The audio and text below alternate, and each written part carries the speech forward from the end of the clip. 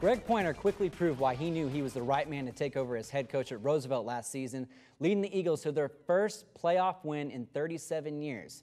And for an inside look at that spread offense and what he's brought over from Muleshoe, George Watson visited with Coach Pointer for this week's film session.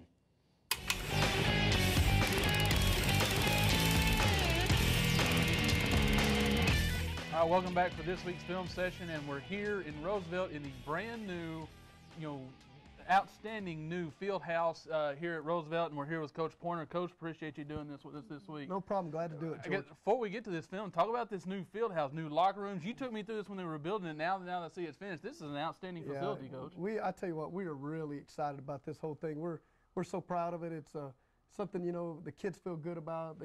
They love coming in here, and I don't know. We feel pretty lucky. I'll be honest with you.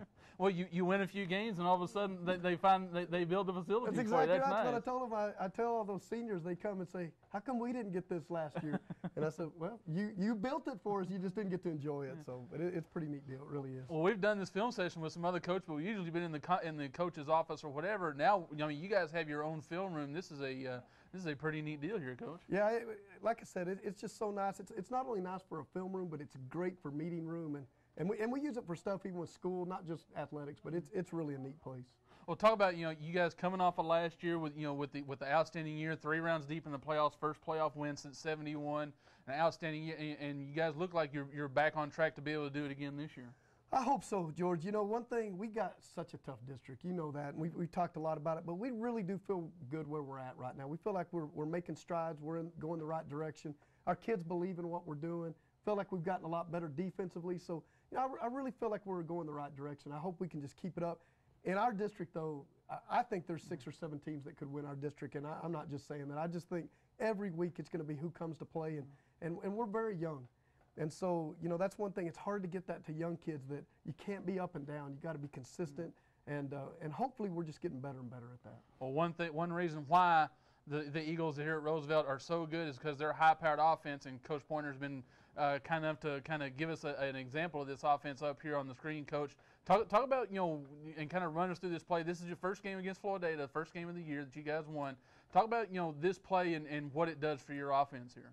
Well, what we try to do, obviously, when you see it here in a second, you'll see we're spread, and that everything we do is out of the spread. In fact, we haven't taken one snap, even a kill snap, out of the under center yet. So everything's shotgun.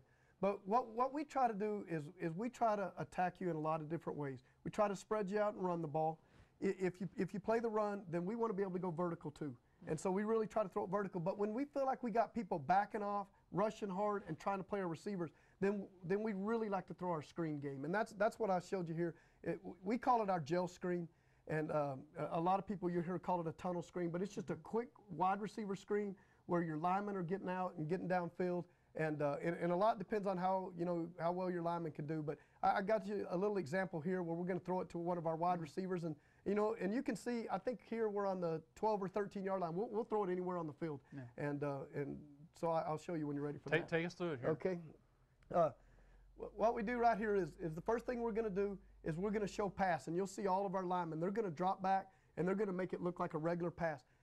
After a step, then they're going to get downfield and block, and all of our receivers are going to block.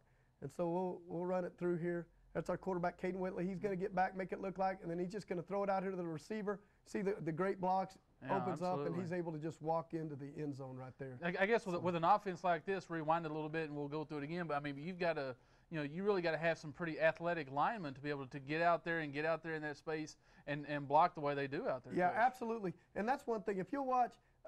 And I don't know if you can see, but our left guard, Hunter Harrell, who's a 3-year starter for us, but he's going to get downfield, and he's going to block a guy that's very athletic. We like them to chop them to the ground if we can, but a lot of times they can't. Yeah. They're just going to get on them. Our left tackle here is Dominique. Our center is Brad Pointer. But you're just going to see they're all going to get downfield, do a great job. Everybody's going to be on somebody. 2 great blocks right there, and the receiver there goes untouched. Nobody's ever around him. Now, a lot of people talk about the splits, with a spread type offense. One thing I noticed was your guard was maybe a little bit closer. Was that just part of that play right there? Yeah.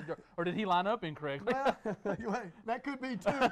And, no, actually, that week they had a one technique. They had a guy that was inside the gap shooting a lot. So we did have our guard cut it down a little bit, and we didn't want to change it for different plays a whole lot because we didn't want to give anything away.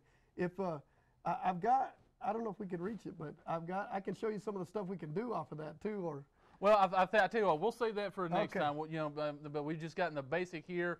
You know, and that's the thing. You know, this offense, you can do a lot of different things out of these formations, and it just depends on what the defense is reading and giving you. yeah, another one I had, and we, like I said, we can show it later, but when people start coming up and playing our screen, we'll have the receiver go act like he's going to block, Yeah. and then right up the field. That's actually how we scored our touchdown this week against Sundown, is we acted like we were running the Joe screen because we had hurt them 2 or 3 times, and we were able to throw a long touchdown pass to Ryan Davis. So.